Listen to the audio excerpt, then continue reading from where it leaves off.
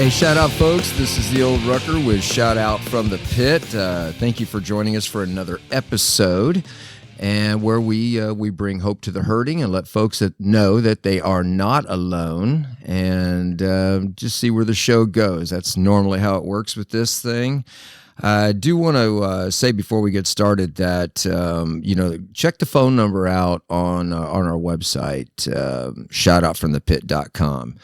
And leave a shout out to your mom. You know, we're going to do a mother show here in the near future, and we're going to do a collage of shout outs. And we'd like to capture your thoughts about your mom. So if you could just call that number, say, hey, shout out, mention who you are and how your mom is important to you, or your former mom if she's passed away, or grandma or nana or whatever you call them.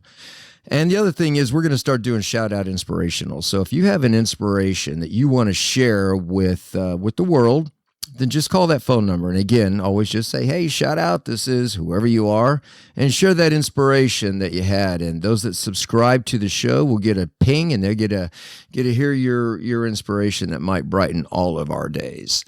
Okay, so to get started here, again, we're always raw and uncensored.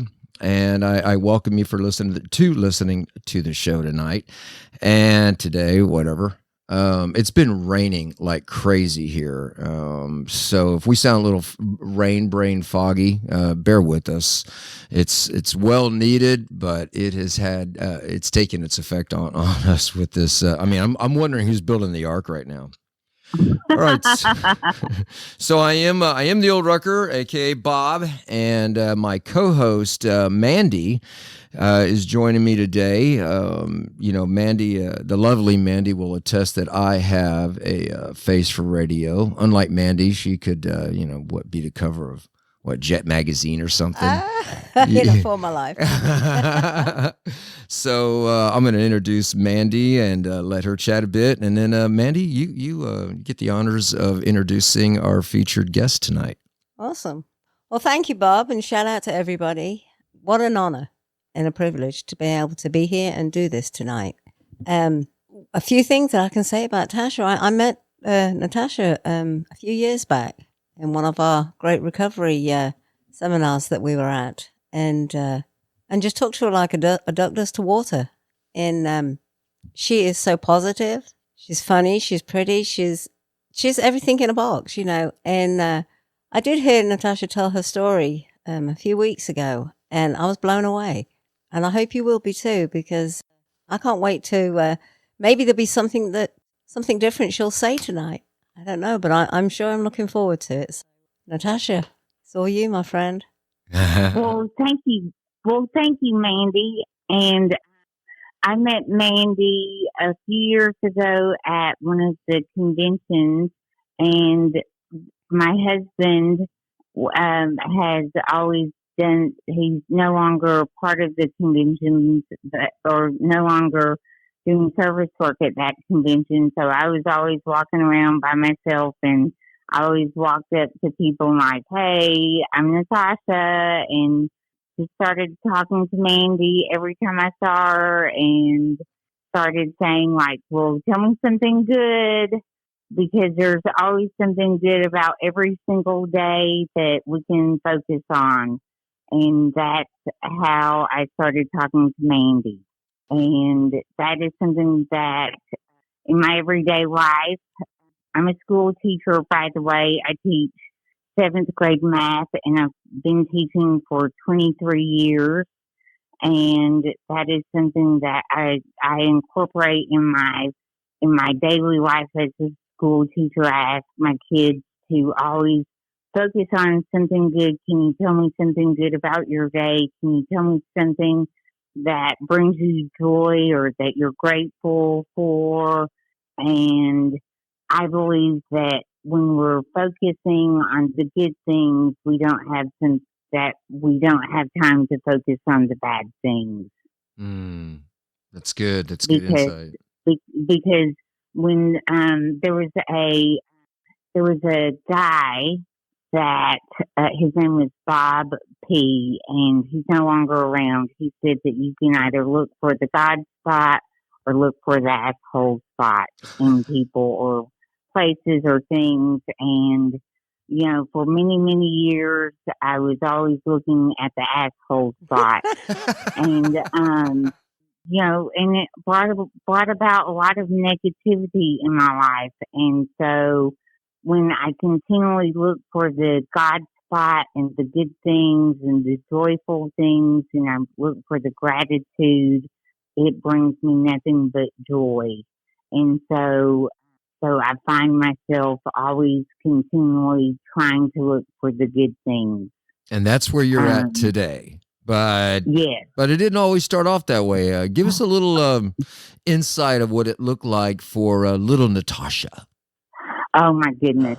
So first of all, I am Native Alaskan, and I was adopted, and I was brought back to Magnolia, Arkansas, and that was a completely wild experience because growing up in Magnolia back in the 70s, you were either black or white, and I found that I was, in my eyes, because as alcoholics, our perception is a little bit skewed, and I felt like I wasn't accepted, and I felt like I didn't fit in with neither ethnic group, and so I kind of kept to myself, and really, basically, looking back at it, fear was running the show, even whenever I was a kid at 5 years old.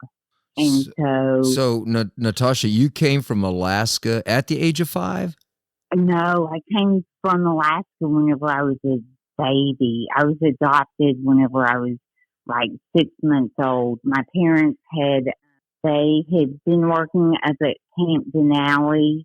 Every summer they'd go up there and work, and they couldn't have children, and they had put in for adoption up in Alaska, and they had gotten a call and said, "Oh, we have the baby girl. Do you want her?" And they said, "Yes, we want her." And so they brought me back from Alaska, and later on in life, I discovered that if I had not been adopted, I would have grown up in a little community of like 360 people, and they still hunt and gather for the winter, and their gross income for the year is like 10,000 people, and $10,000, and they the only way in and out of that community is by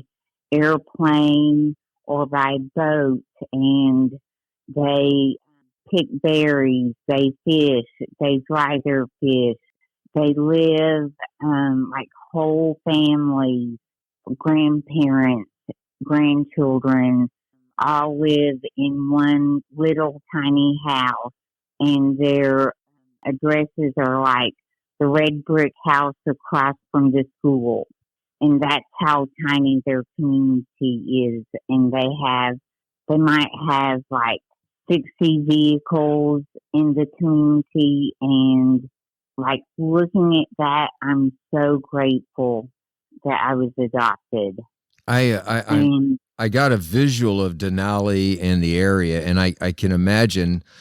I'm an outdoors guy, and it sounds like something that would be fun to visit. But the way you described, the economical differences that exist between what they make and what we make, and then what they have to do hunter gathering. I mean, that's all fun for a season, but my goodness, to grow up in it, that sounds challenging. It does sound challenging, and I can't even imagine.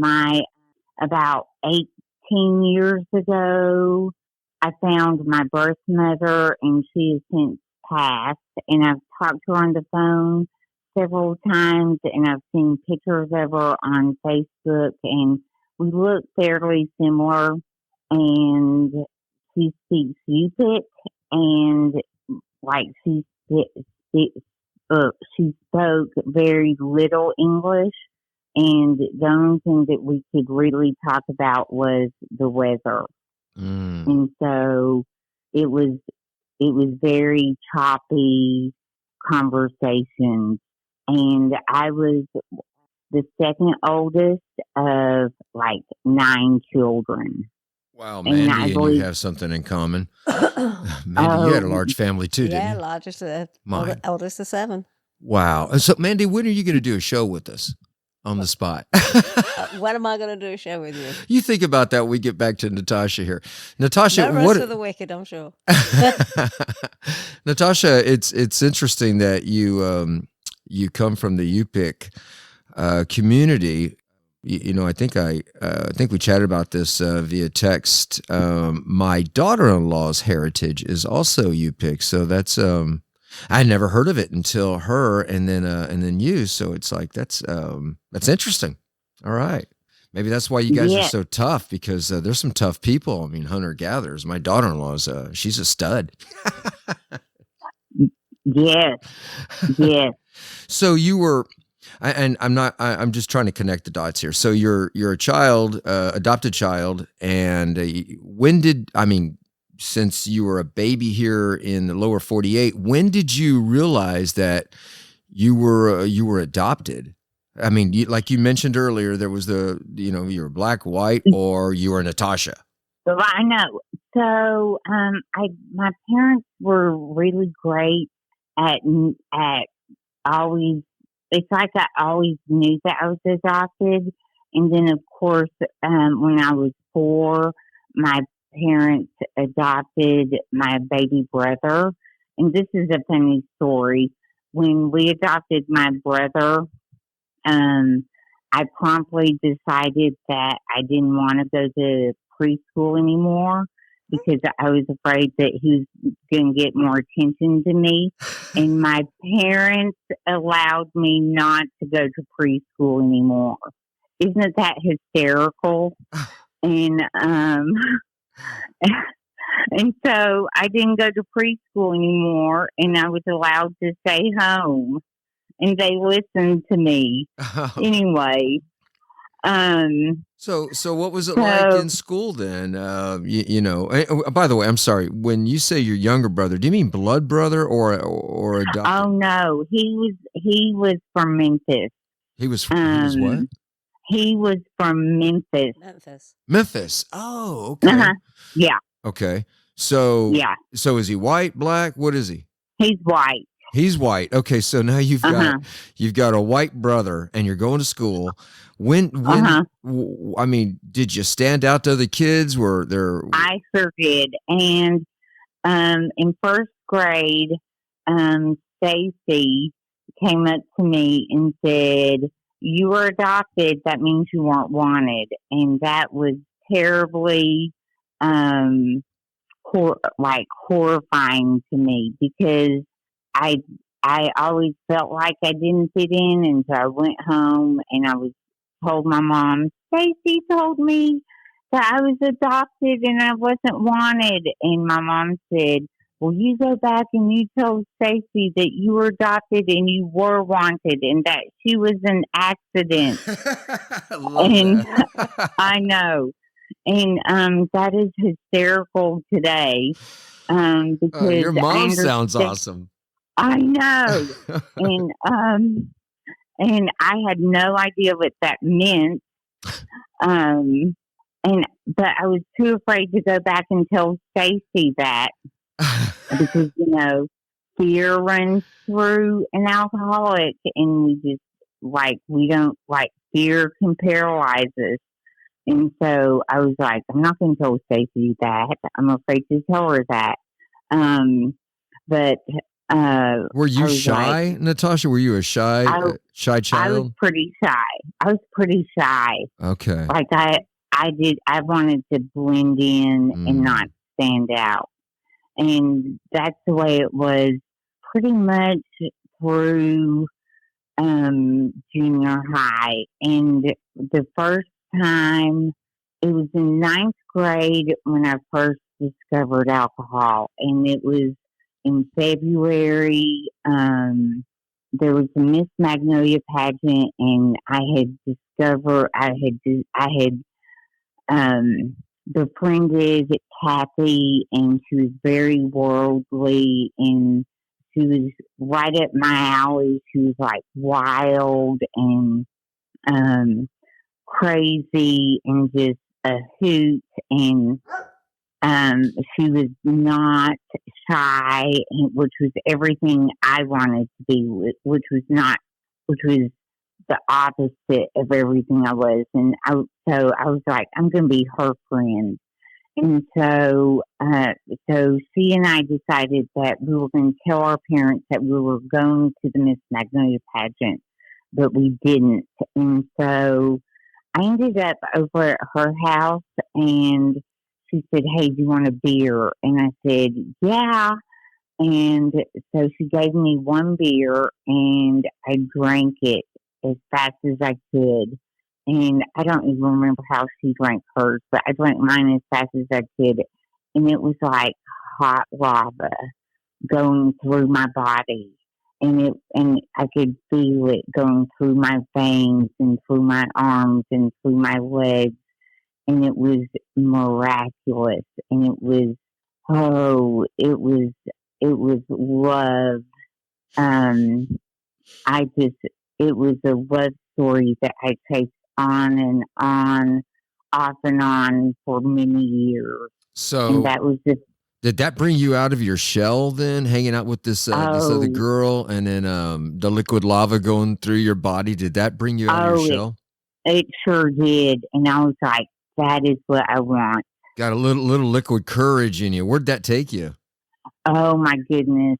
From then on, every chance I could, I would drink. Um, and my friends were like, I cannot believe that you're in a blackout. You only had like one drink.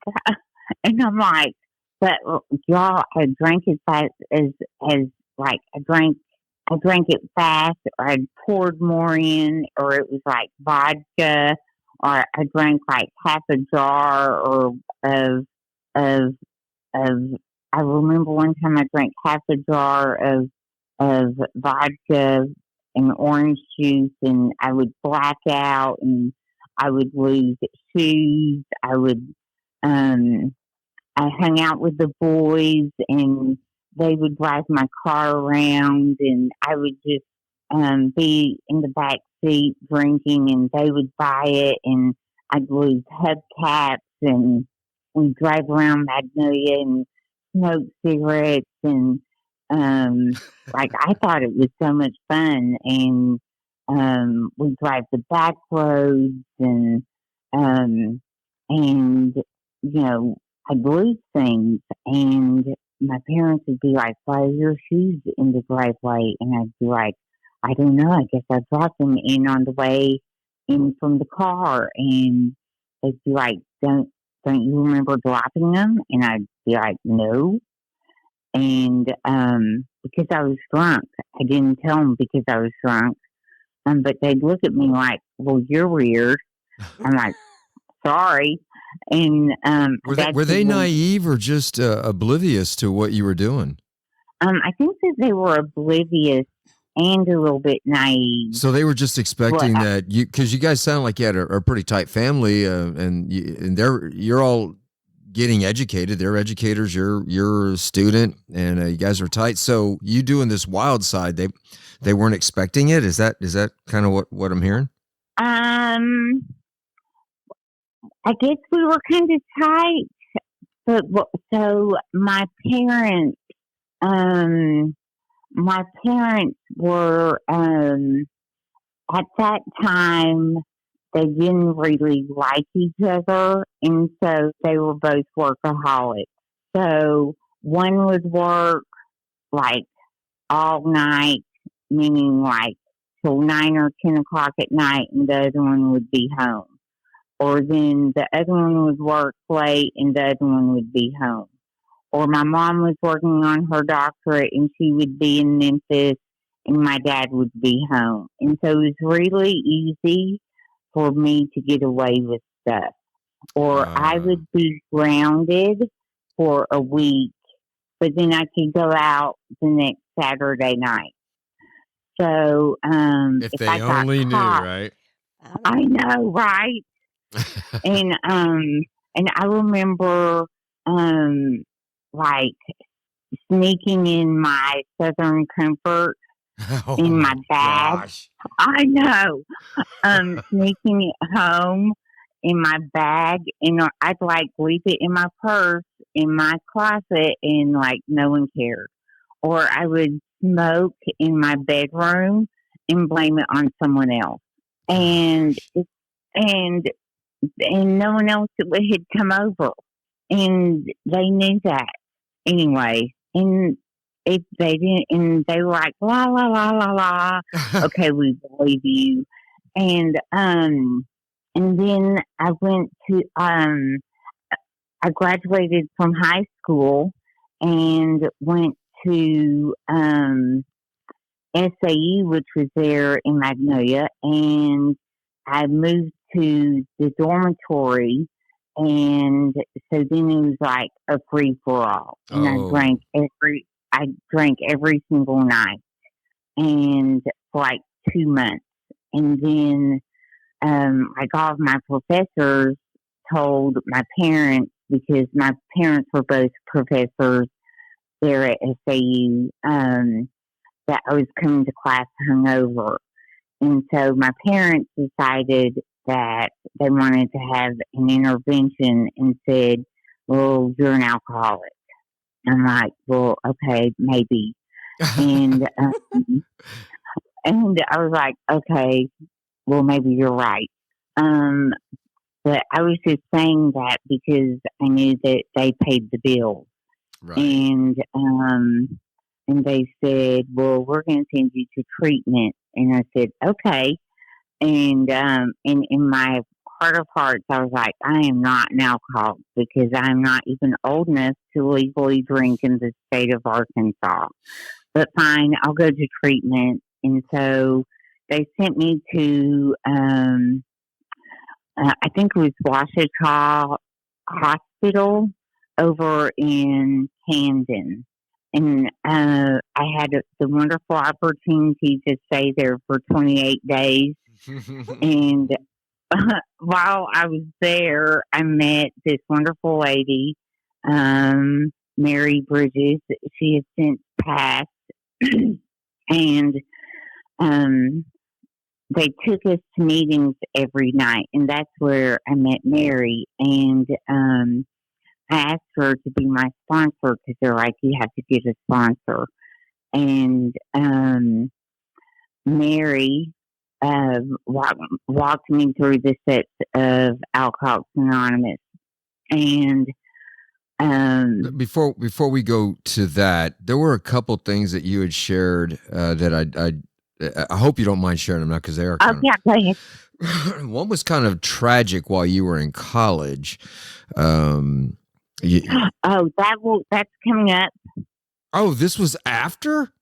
Oh, yes.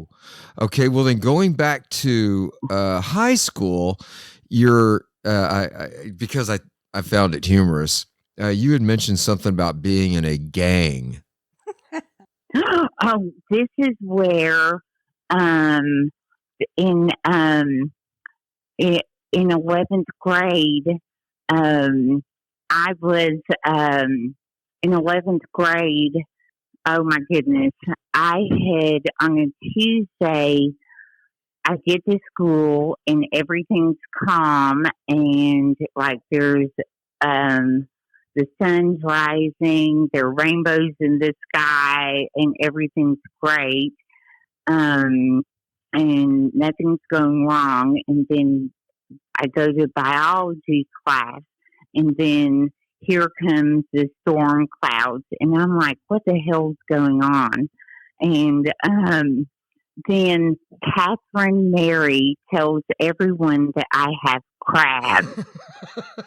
And I'm like, what the fuck? And then everyone's like murmuring, Natasha has crabs, Natasha has crabs, Natasha has crabs. And I'm like, what the fuck is crabs? I don't even know what crabs are. And I am horrified because whatever it is, it's bad.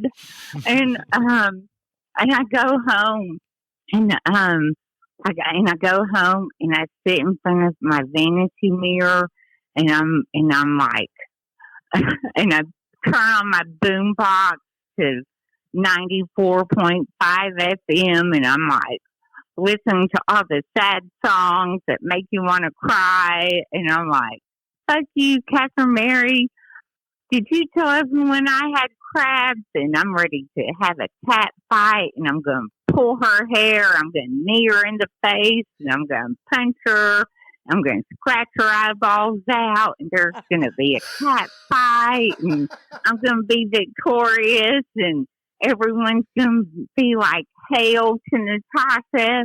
Fuck yeah. She is victorious and that's everything that's going on in my mind for like 5 hours.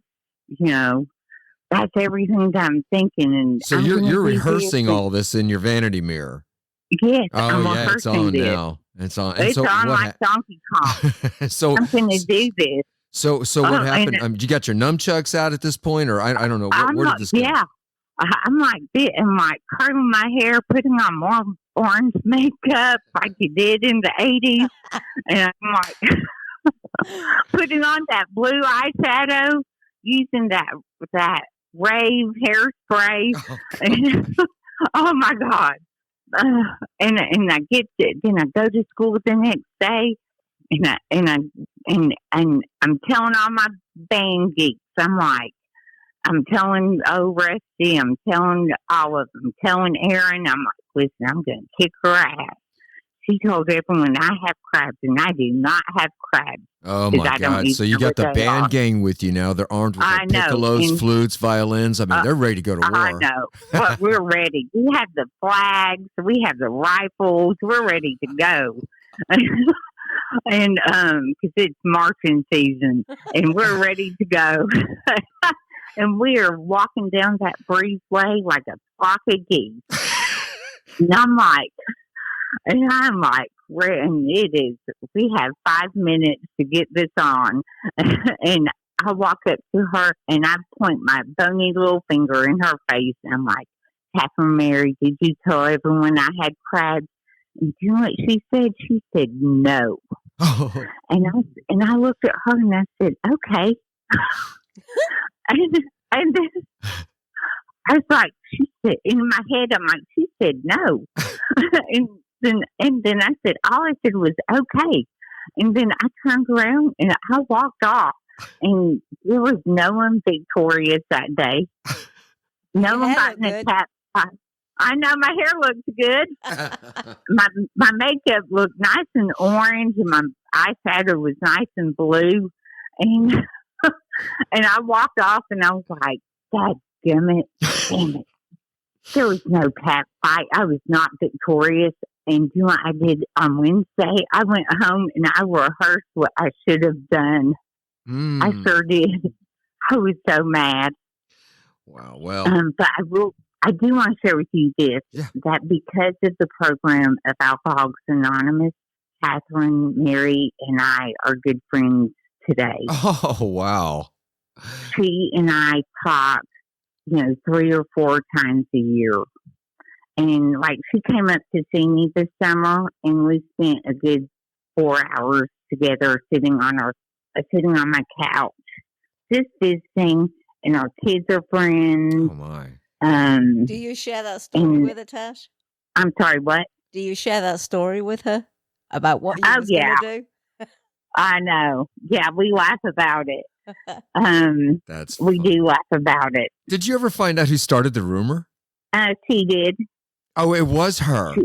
It was her. She started it. She was mad because I want to say, because this has been so long ago, I want to say it was because I was friends with another guy. Oh, yeah, okay. All right. It's a high school thing. Did you ever find out what crabs were? I sure did, and I've never had them. Okay. I've never had them. So that was Yep. high school, and then now to bring us back up to speed, I definitely wanted the audience to hear that story because it was I Oh laughed my when I God. heard it. So Oh my God. you're in college, you're out So, of control, your parents are doing an intervention, you end up in I go to treatment, okay.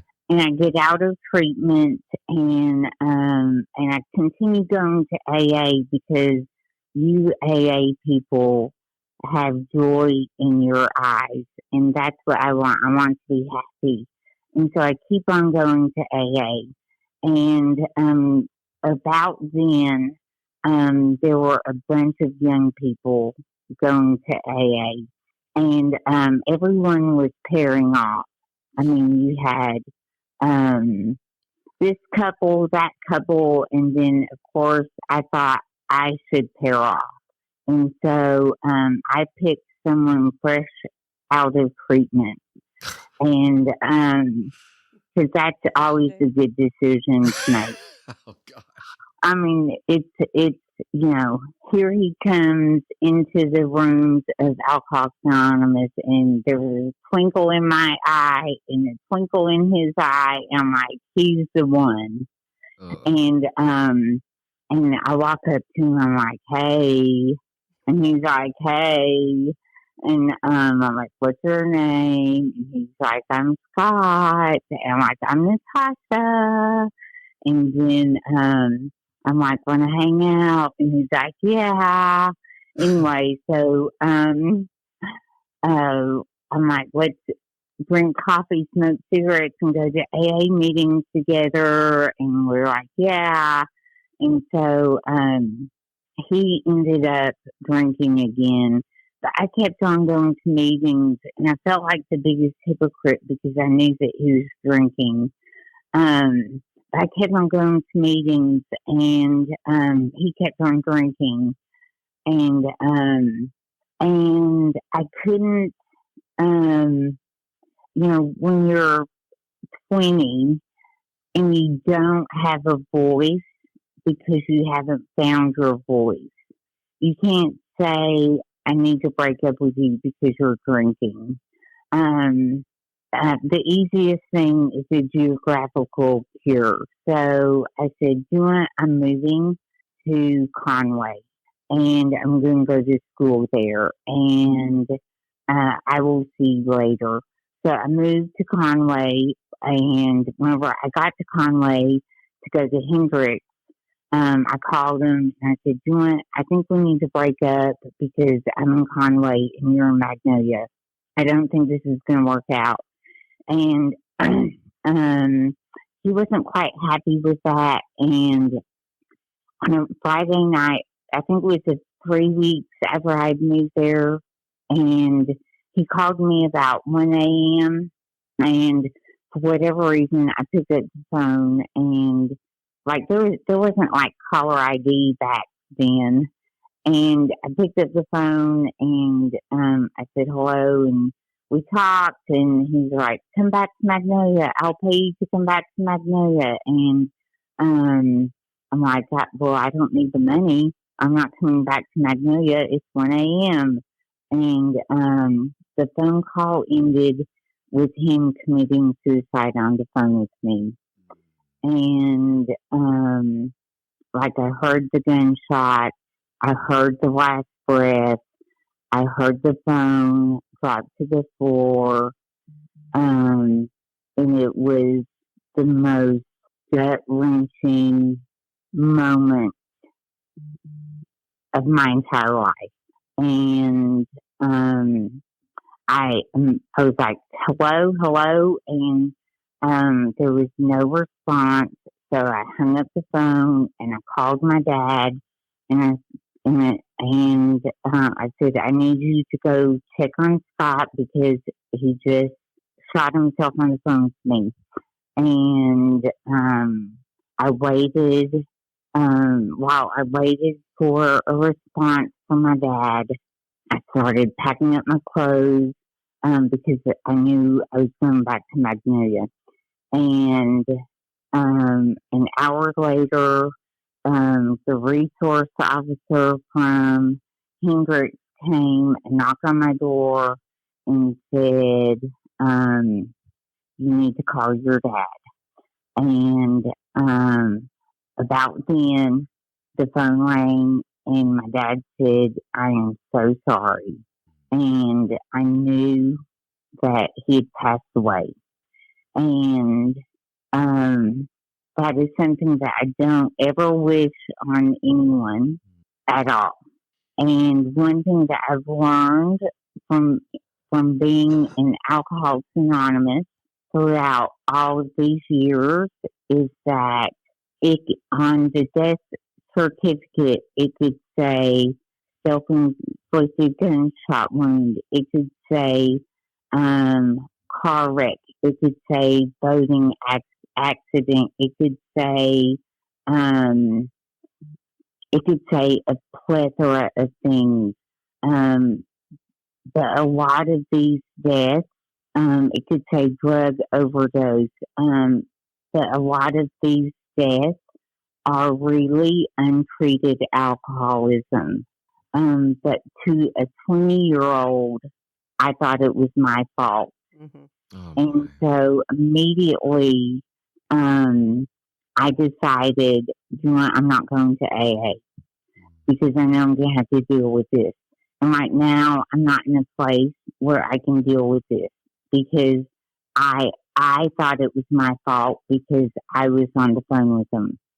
And so, at that point in time, I tried relationships.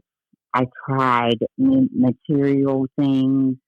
Um, I tried a lot of different things to fill that void, to cover up that pain. And I didn't speak, I didn't really speak about that for quite a few years. I mean, I would, I would tell you about it if I could get something out of it, if that makes sense. But in terms of dealing with it, I wouldn't deal with it. Does that make sense? Mm-hmm.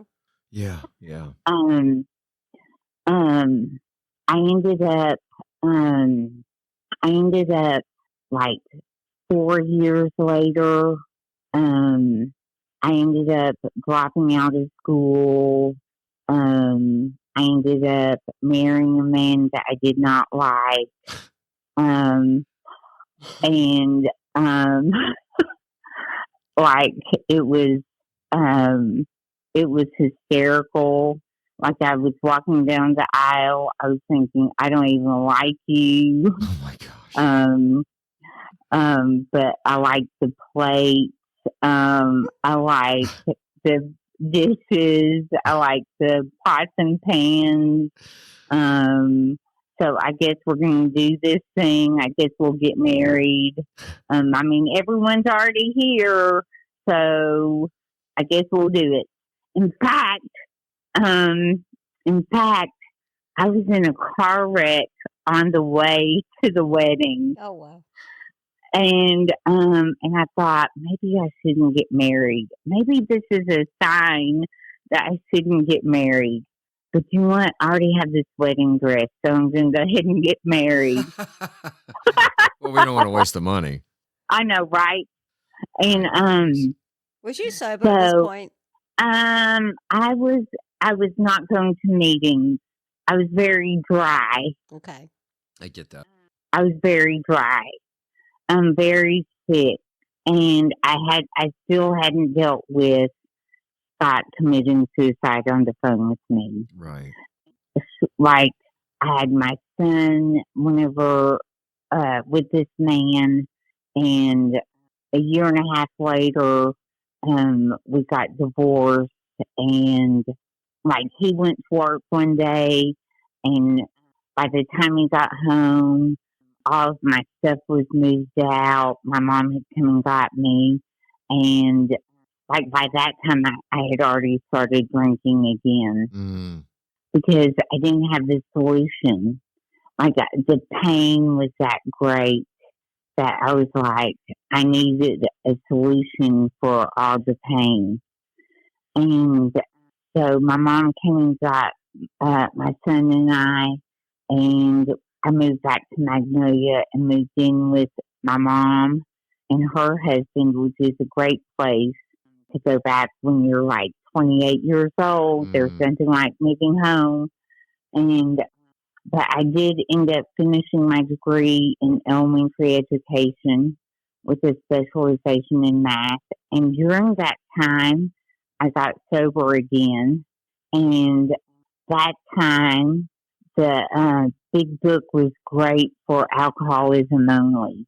Like I'd become an episodic drinker. So I drank whenever I could, but when I drank, it was like for two or 3 days at a time. And it was on like Donkey Kong. Oh. And so whenever I came back, I called Mary. And so I made meetings every single night of the week. And I went through the 12 steps again. I was like, man, the big book came alive to me. Whereas before, it was like, I'm not quite sure I believe in this big book thing. So Natasha, had you hit what is commonly said as a bottom or the low point? Had you hit that? At that time in my life, for that time, I had. Okay, so when we say bottom, then gosh, going through the stuff that you just shared, that's pretty. At least you got a son out of it and dishes. You got. I know, right? So I mean, that's I still good. have them. Oh my gosh! So I know. When are you at this point now? Are you at this point taking the program serious, or are you not done experimenting? Okay, so I thought I was done experimenting, and I mean that with all sincerity. Like I was in, and I went through the book several times, and then I moved up to Northwest Arkansas, where I am now, and I started my teaching career up here. Like I finished school, and I came up here. I got a home group.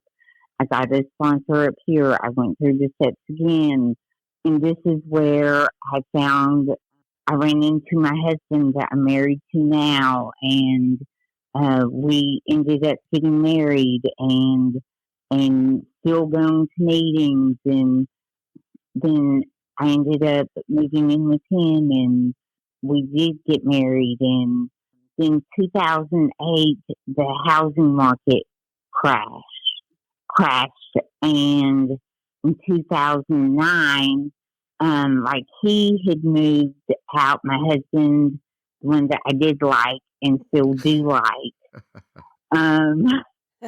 let me clarify that. I still like him.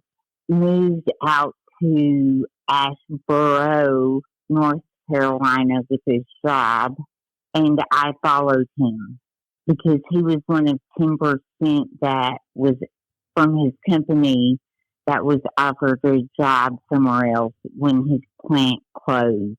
And so I followed him, and we get out there, and I go to meetings out there, and I'm like, AA's not the same out here.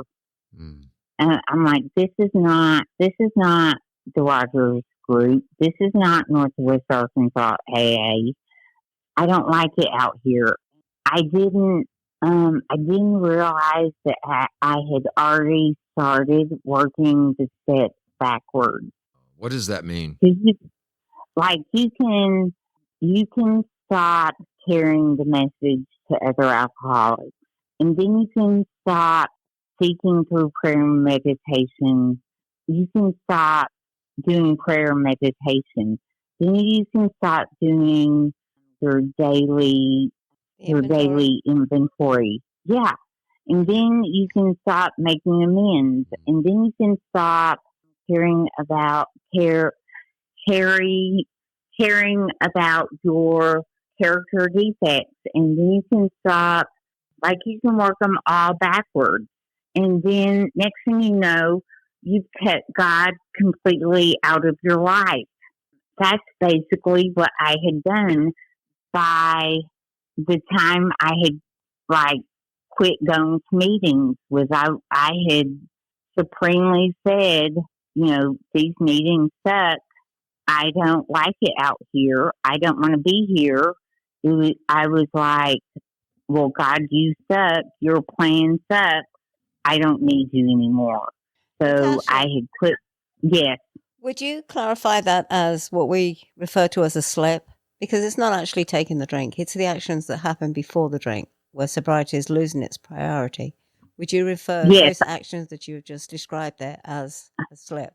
You're What do slipping. I? Working the steps backwards is Yes, all of that happens before you take a right. drink. So that's what we refer to as you're slipping. The sobriety is losing Yes, its priority. Okay. yes, yes. And so that took a course of 3 years before I took a drink of living out in North Carolina. So I was a dry drunk for 3 years out there. And then one night, I was like, fuck it, I'm drinking. And then I daily drank for 3 years while I was out there. And it was awful. And, like the first year, it seemed like, oh, this is so much fun. I'm clearly an adult. I can do this. I mean, who does not love watermelon margaritas? This is God. this is what it's all about. But no, it really wasn't. Not at all. And there's there's nothing like having to plan your whole night of drinking and basing how much you buy on what time am I going to start drinking. There's there's nothing worse than going to work and avoiding your resource officer because you're afraid he's going to smell your breath. There, when when when I'm drinking and my husband's drinking with me, we don't go out because no one wants to be the designated driver.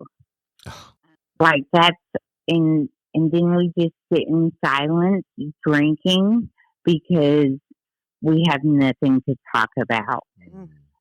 It's a lonely disease. It is.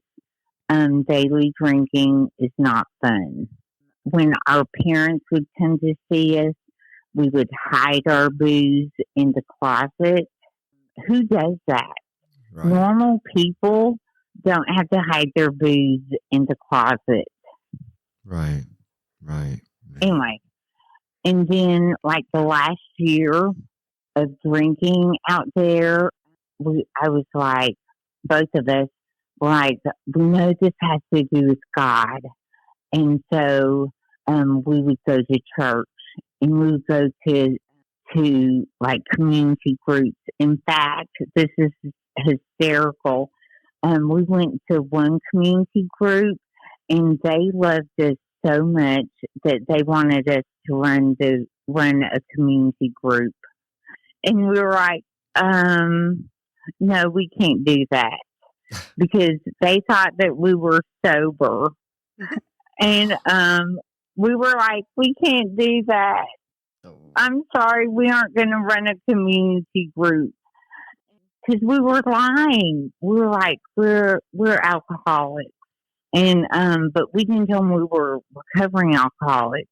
We told them that we'd been to AA, but we didn't tell them that we were in AA. Like we told them we had been, but we didn't tell them we were going to. That we were. I mean, like we were very misleading, and but they just loved us.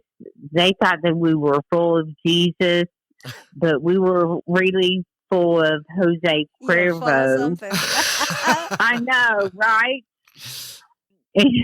It was just awful.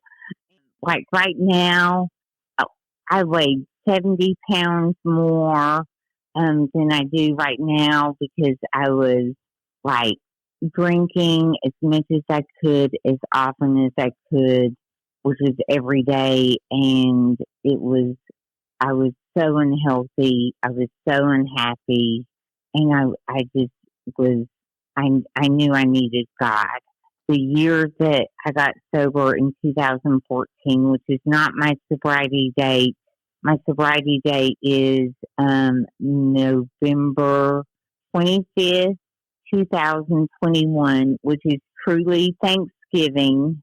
I did get sober one time on one time on Memorial Day weekend out there in Seneca, South Carolina.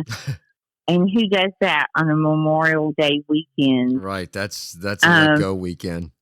I know. That's like I mean, I was miserable. That was the last misery of my daily drinking. And I called Kate, who was my sponsor for like a year, and I said, Kate, will you be my sponsor? She said, we'll go to a meeting tomorrow. And I said, fine.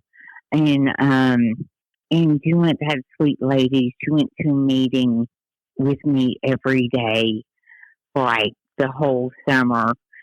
And I'd call her and I'd go to tell her something, and then she'd tell me to read something in the big book. And then she'd tell me all about her day. And she'd always tell me, well, honey, we're not going to look at your part. We're going to look at where you're wrong. And she'd say, because if we start looking at your part, that would insinuate that someone else has a place where they have a part. But we're more worried about where you're wrong, as opposed to where someone else has a part. Because whenever we don't want to give you any leeway. And that started to make more and more sense, because this is all about where I'm wrong. And so, because I'm sure I was calling about my husband, because he was getting sober then too. And I'm sure I was like, well, Jason this, Jason that, look what Jason's doing. And she's like, well, we don't care about Jason. Where are you wrong? Wonderful lady. And for 5 months, I didn't speak in a meeting because. Are you still in the Carolinas at this point? No. Yes. Yeah, you are I stayed sober for a year out there, and then my son, who's now my daughter, my son graduated from high school in Clemson, South Carolina, and was moving back to Arkansas, and we were like, there's nothing keeping us here in Clemson, South Carolina. Like, there's nothing here for us. We don't have family here. We have friends, but there's nothing keeping us here. So were you able to get jobs and come back to Arkansas? Is that how you got back here? Okay. Yes. So my husband took a job in sales, and I moved back without a job. I was able to get a job during the summer at a school here in Northwest Arkansas, and I'm still working at the same school. Okay. 10 years later, I think it's 10. 10 years later, I'm still working at the same school. And we moved back, and my child is still my son, is going to school in Little Rock. And, we get active, or I get active in service work. I become secretary of the Rogers Group, and then I become GSR of the Rogers Group. And then my child, who's Bishop at that time, gets grants and gets numerous grants to go study abroad in Japan. And while he's in Japan studying abroad for a year, he decides that he wants to become Elizabeth. And while he's becoming Elizabeth, I think this is right around COVID. This is when my stepfather passes away. and my mom and my stepfather had been in Houston, and I was like, oh my God, there's no one that's going to take care of my mom. So I'm going to have to go get her. So I tell my husband, we're going to get my mom. And no one else said, I want my mom. No, you can't have mom. We're going to take mom. So this is September now of 2020. And so my husband and I jump in the car. We go down to Houston. We go pick up my mom, have the funeral. Again, everyone says, here's all of mom's stuff. Enjoy. And we bring mom back. And Liz is somewhere being Liz and comes back Liz. And there is so much that, like, you don't realize how much you how much stress you have going on until you have that going on. So we have your mom moving in, and then you have your son who's how do I say that? Who's turning into Liz? Who's turning into Liz? Being transgender now. And so I decided the night before Thanksgiving, I was like, I'm drinking tonight. So I drank one night. Like everyone left, I cooked all day the day before. Everyone came over Thanksgiving Eve. We had Thanksgiving dinner with everyone. And then I was like, fuck it, I'm drinking this one night. I drank. I woke up Thanksgiving Day and I'm like, okay, I'm done drinking. And I've been sober since. Wow. So why don't we take a break here? This would be a good breaking point. When we come back, I definitely want to hear how you work your program today. And so we're going to take a break and refresh our drinks and use the restroom. So, okay. All right. So we're going to take a break now. All right. Welcome back, folks, to Shout Out from the Pit, where my co-host is Mandy. Hello, Mandy. Hey there, guys. And our featured guest today is Natasha. Hi, Natasha. Hi. I really appreciate you taking the time to come share your story with us. Of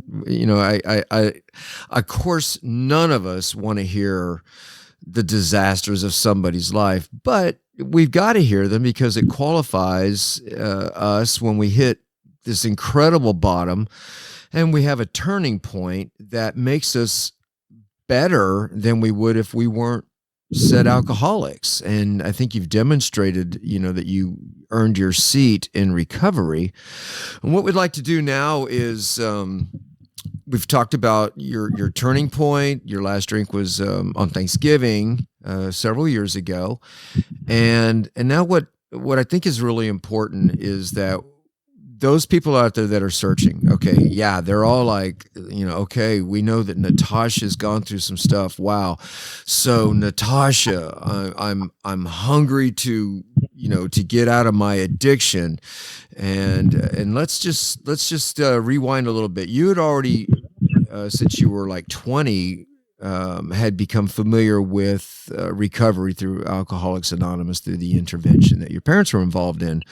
And then, of course, life took its course and you'd gone out a few times, as Mandy had mentioned, what we call a slip.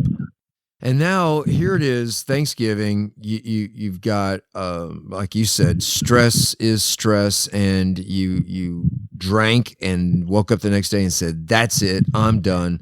Let's take it from there and talk about what you did when you said you were done. What was the first thing you did? So I called my sponsor and shared with her, listen, I drank yesterday, and she was like, "That's okay. Go to a meeting. Let's do another 4 step." Oh, well, she first asked, "Are you sure you're done? Because if you aren't, keep on drinking." And I said, "No, I'm done." And she said, "Okay, we can do that." And she said, "Go to a meeting. went to another fourth step, and so I went ahead and I did another fourth step, and that's one of the the the steps. I love the steps, and they're very.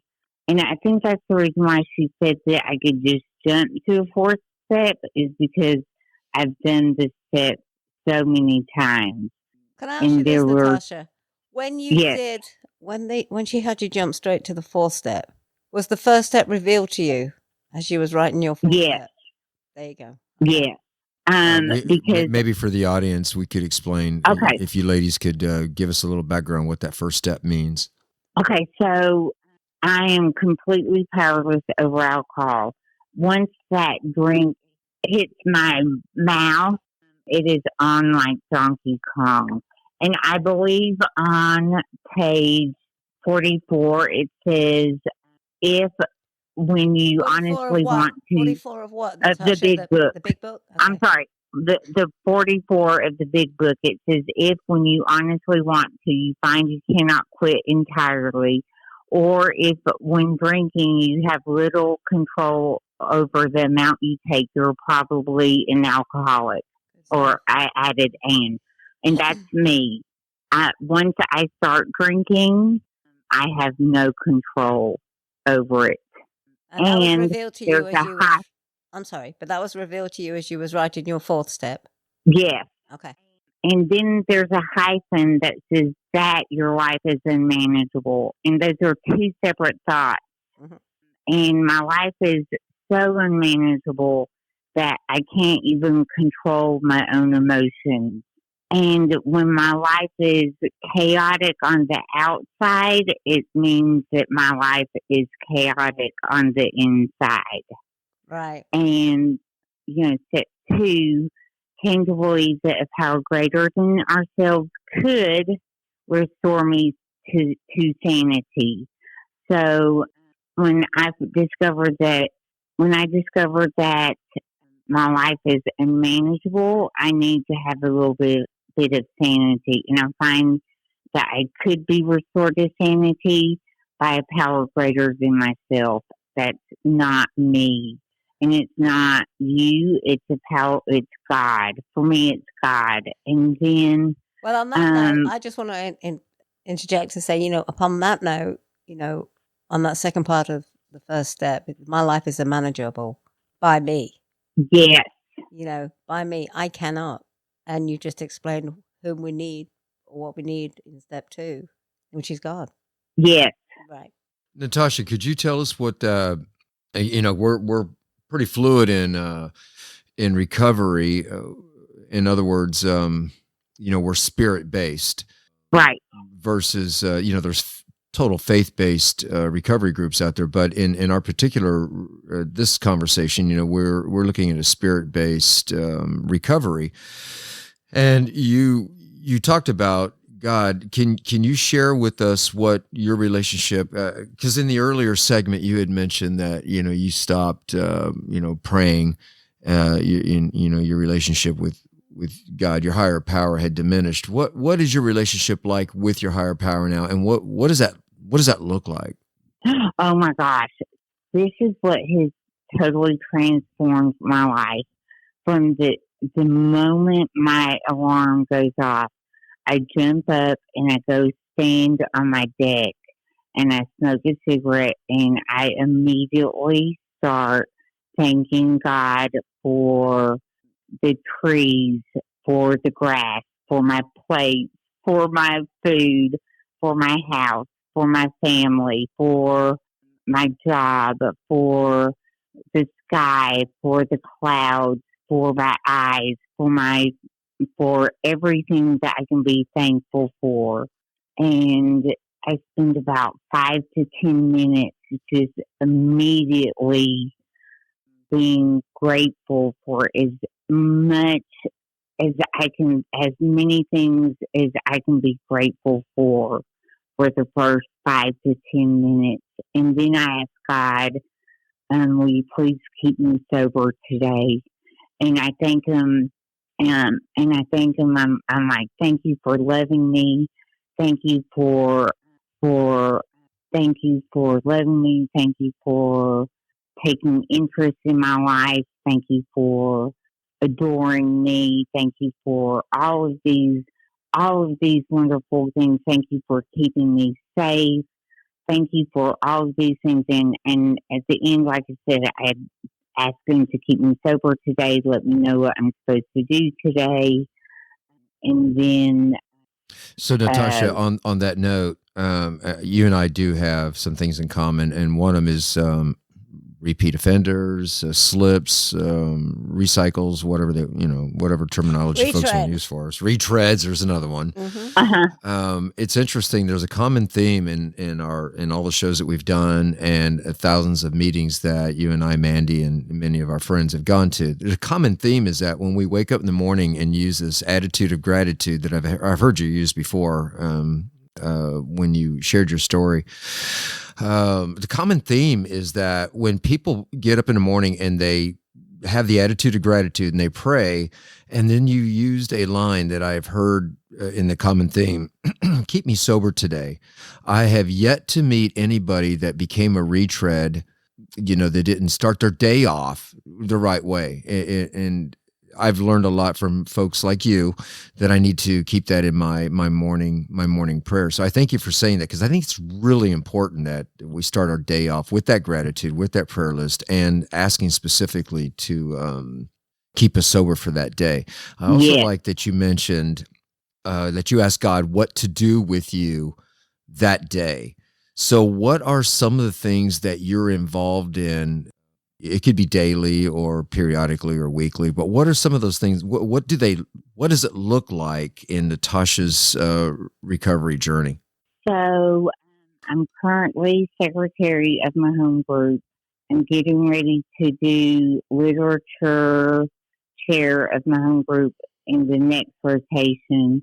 I sponsor people. I go to a couple meetings a week at my home group, and I talk to other people in my home group or other people in AA in recovery on a daily basis that I'm not married to.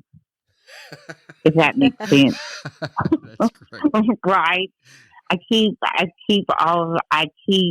lines of communication open. And not just, I don't isolate myself.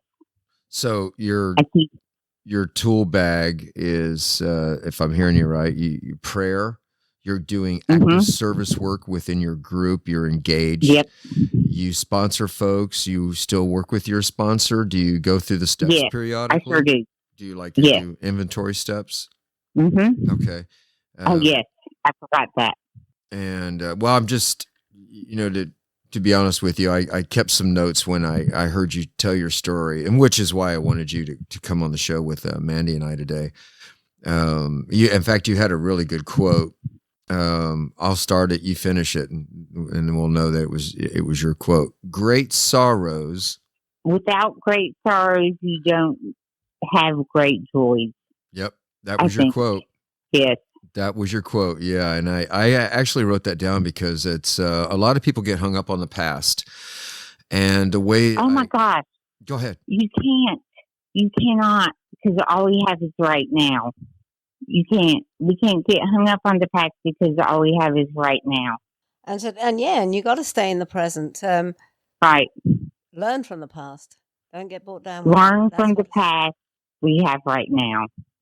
And I think that's one of the hurdles that has made today so wonderful and allowed me to be so grateful is that I learned that the past is the past, and I can forgive not only what happened, but I can forgive myself for who I was in the past.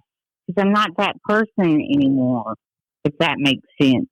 Yeah, I know, and it's no secret to any of us on the show right now. One of the largest challenges we all had was confronting our past, and what a relief to be able to use the steps to get through that. And I see it And people that are not actively in recovery that I chat with, and I'm on the streets a lot. I love being that man on the street and just talking to people and listening to their stories. I'm always looking, for optimism in folks. When I run across folks that don't have the optimism, I feel like they also are lacking in love.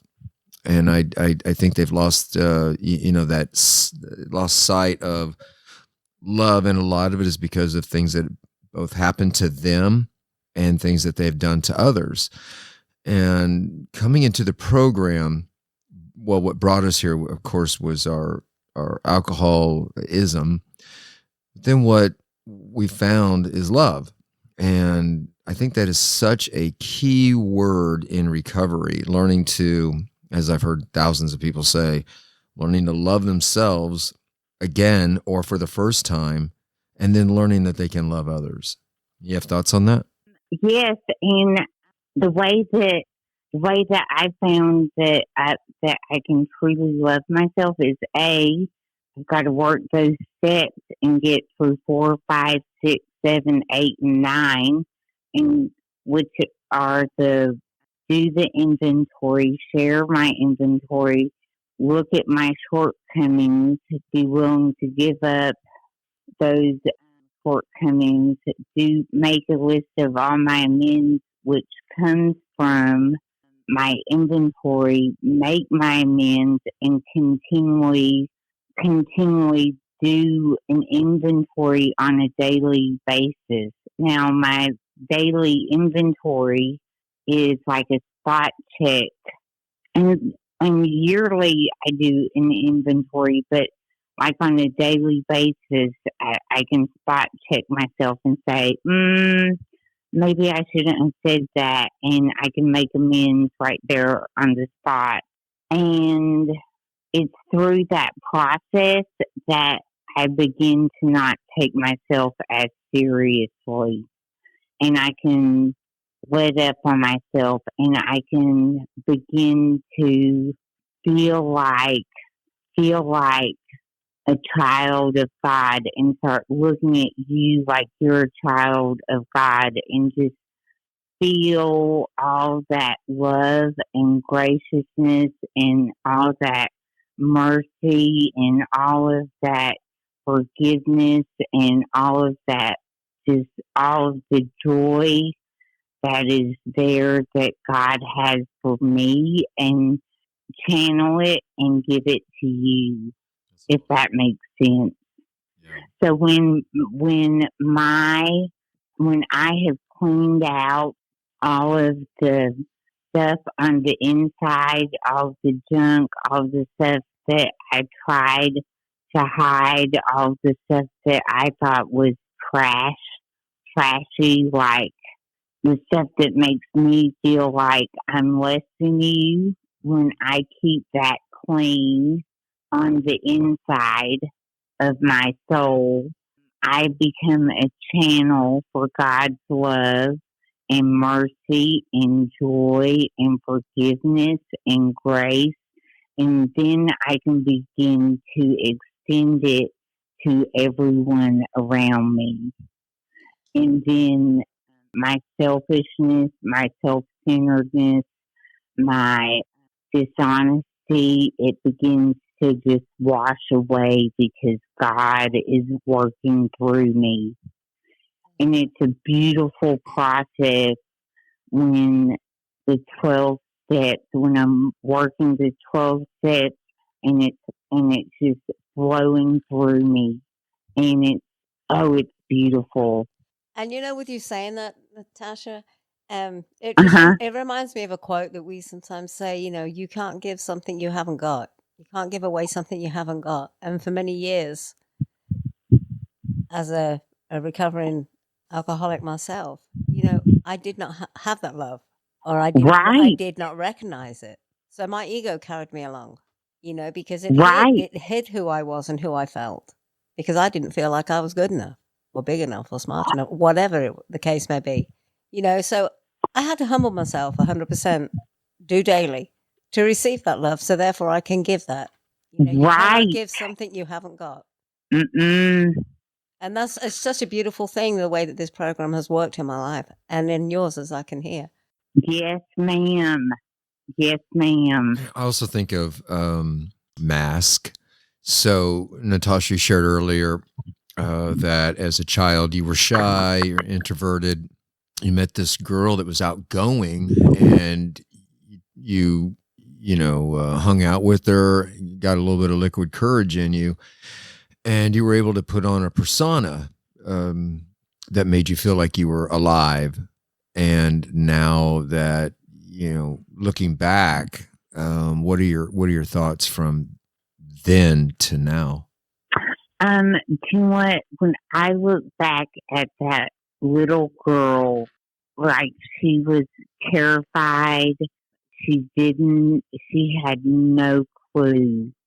And she was just looking for someone to walk through life with. And at that moment, it was Kathy. And at that moment, it was Kathy. And at any given moment, it could have been someone different. And I had no clue at that time when I was 13, 14 years old that who I was really looking for was a relationship with God. That's what I really needed.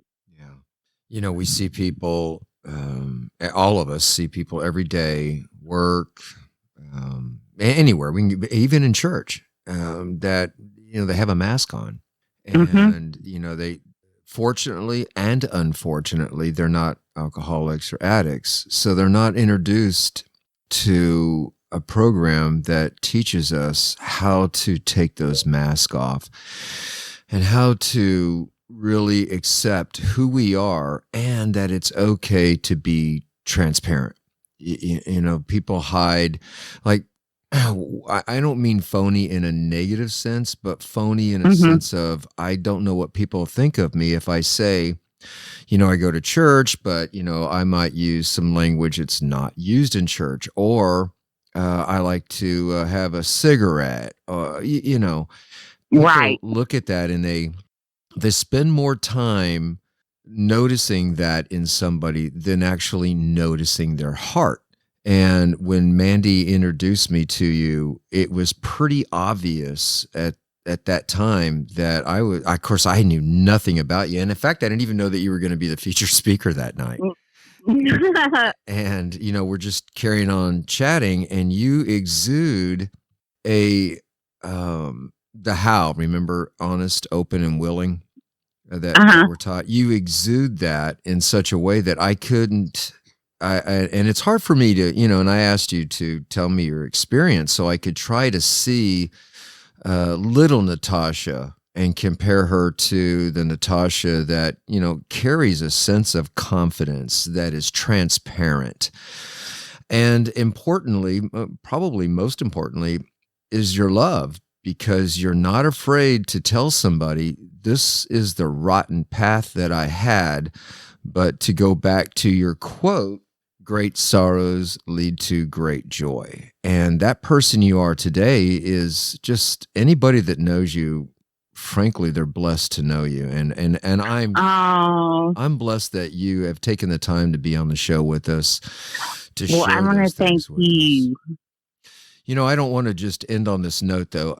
Mandy, you and I have been friends for a lot of years, and you've been on a couple of shows with us already. One that's aired, one that's forthcoming.